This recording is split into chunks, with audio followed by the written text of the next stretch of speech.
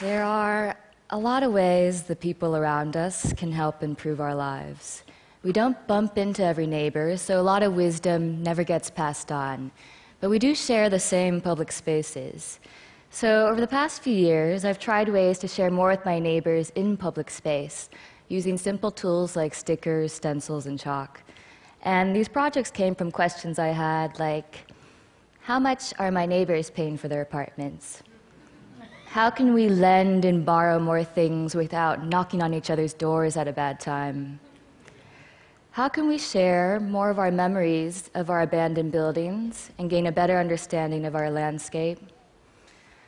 And how can we share more of our hopes for our vacant storefronts so our communities can reflect our needs and dreams today? Now, I live in New Orleans, and I am in love with New Orleans. My soul is always soothed by the giant live oak trees, shading lovers, drunks, and dreamers for hundreds of years. And I trust a city that always makes way for music. I feel like every time someone sneezes, New Orleans has a parade. The city has some of the most beautiful architecture in the world, but it also has one of the highest amounts of abandoned properties in America.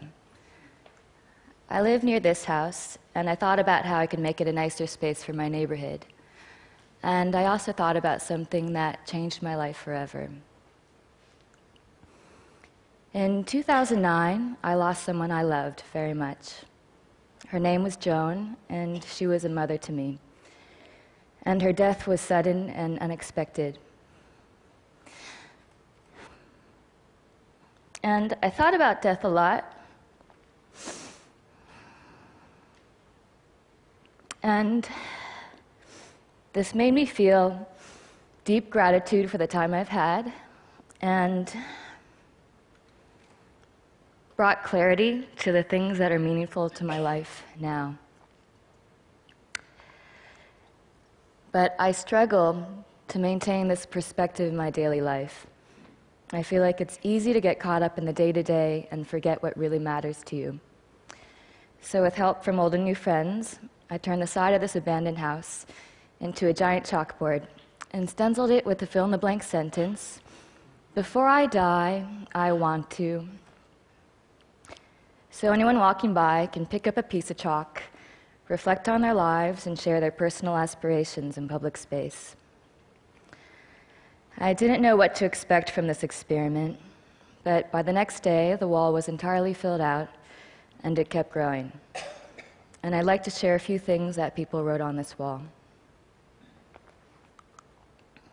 Before I die, I want to be tried for piracy.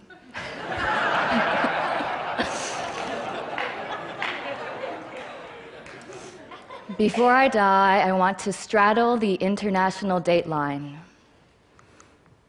Before I die, I want to sing for millions. Before I die, I want to plant a tree. Before I die, I want to live off the grid. Before I die, I want to hold her one more time. Before I die, I want to be someone's cavalry. Before I die, I want to be completely myself. So this neglected space became a constructive one, and people's hopes and dreams made me laugh out loud, tear up, and they consoled me during my own tough times. It's about knowing you're not alone. It's about understanding our neighbors in new and enlightening ways. It's about making space for reflection and contemplation and remembering what really matters most to us as we grow and change. I made this last year and started receiving hundreds of messages from passionate people who wanted to make a wall with their community.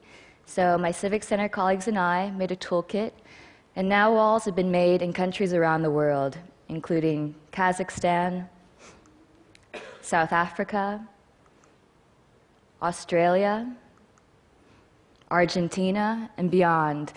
Together, we've shown how powerful our public spaces can be if we're given the opportunity to have a voice and share more with one another.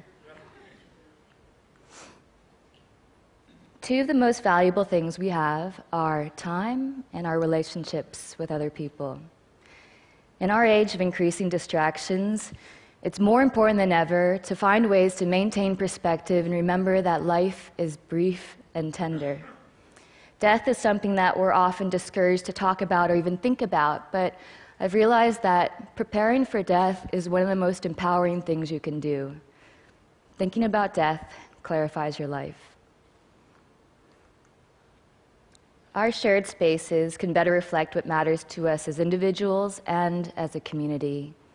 And with more ways to share our hopes, fears, and stories, the people around us can not only help us make better places, they can help us lead better lives. Thank you.